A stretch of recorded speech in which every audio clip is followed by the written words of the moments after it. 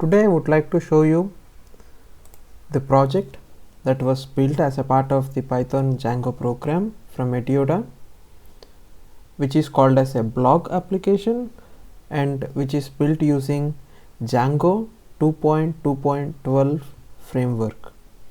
Using that, on top of it, we even have Bootstrap and further functionalities that are being included. Now if we just see the home screen, we have some functionalities for sign up and sign in, and for filtering the categories based on which you can filter the posts, and also you can search for some posts. For example, if you are interested in looking for something called as a software, and if you just click, you can just see, like, in both the cases we have the software. Now the next thing is, like, on our platform we totally have 4 kinds of users. The first user is the admin, who will be having all the admin privileges. The second user will be an author.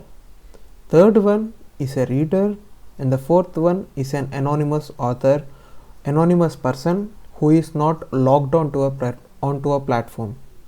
In case if some anonymous user is trying to access our platform, he is allowed to view the details of the posts up to a count of 3. If he is trying to view some posts beyond the count, then he will be prompted to sign in. As a demo, if you just see, here I have a blog post, and now the count is set to 1, then 2, then 3, and then 4. On the 4th count, you can see that he is required to sign in. Now let us assume that he is already signed in onto our system.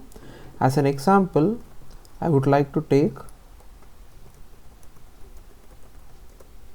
is this, in which he is currently signed in. After he signs in, you can just see that he is now again being able to view all the posts. For example, he can also view all the other posts that are being published by the other guys on the platform, and also he is allowed to create a post onto the platform. In this, he is provided with a rich text editor, using which he can just upload some images and also create some tables, etc.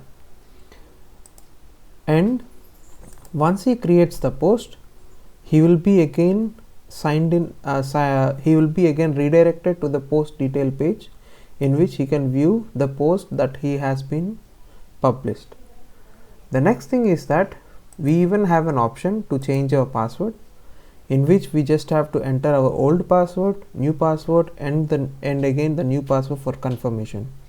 Once that is being done, he will be again redirected back to the home page, or he will be even logged out, based on which he has to again log in. Now let us see the third type of the user, who will be a normal user. Let us see that it is test1, 2.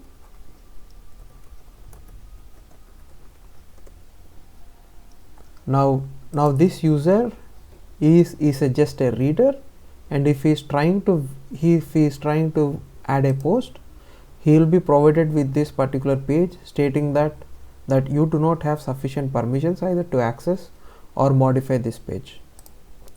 On the other way around, there is also a possibility where a user tries to access the page directly, for example a login page directly.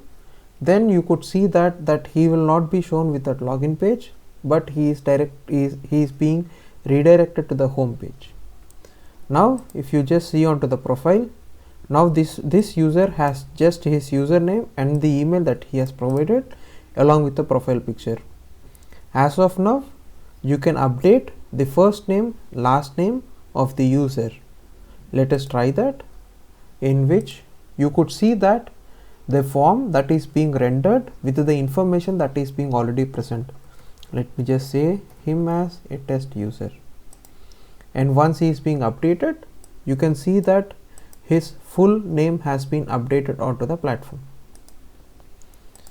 Next, next, for example, let us see that if he is trying to access a page and he wants to edit this particular block which he hasn't authored, let us see if that functionality is being allowed to this user or not. Now if he clicks the edit, he can't even access this page because he has not authored this particular page. He can neither even put a blog post nor even edit the existing blog post.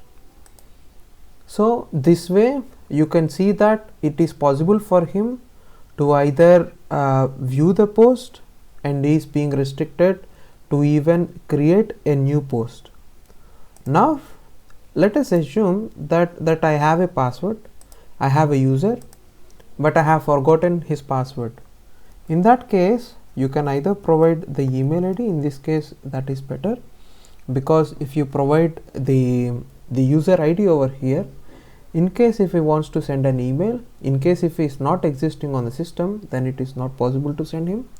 Let us see that you have provided this email ID, and let us click on reset password.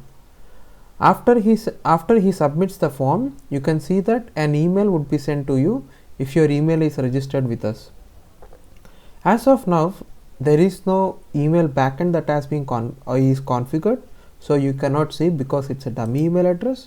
But there is a possibility that in case if the email ID that we provided is correct, then there is a possibility to reset the password.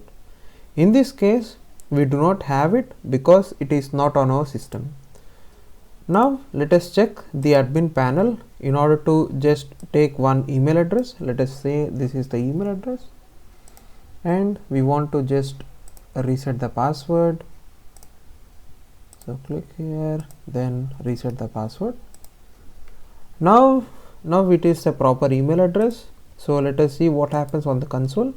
So you can just see that there is a link that has been generated, using which you can just reset your password.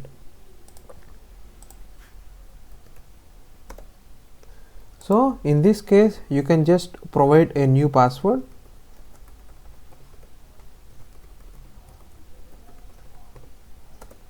And here if you see, once the password has been resetted, you can just see a message stating that like success, password reset completed, and would you like to log in again. In our case, let us say that we are interested in logging in again. So it is abc123@xyz.com, and our password is so you can just see that even with his email ID, it's possible to log in the user onto this particular platform. Now let us say that this particular user has an author privileges, which means he can add a blog post. So let us try to add a sample blog post. So I have the content over here. Let me just copy the content, paste the content, then again copy the content.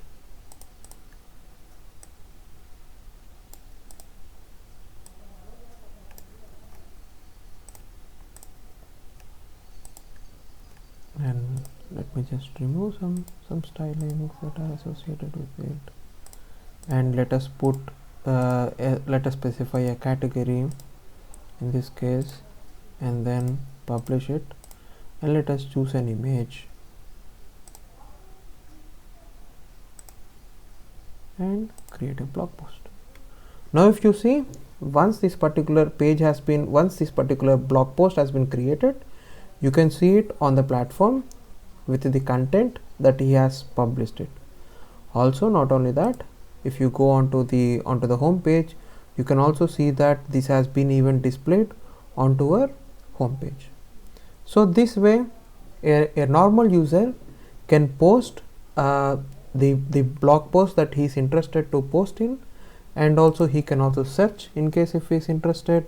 For example, let us say it is application, and if we just search for it, then you can just see like these are the two posts in which we have the application either in the title or even in the content. So this is what this is the walkthrough that I would like to give you for you guys in this particular platform.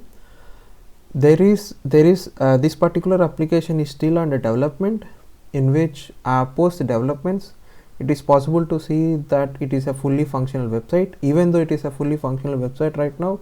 But we expect there is a growth of improvement, and later, once it has been improved, I will be then posting the full project that has been completed. Thank you for your time, and I wish you a nice day.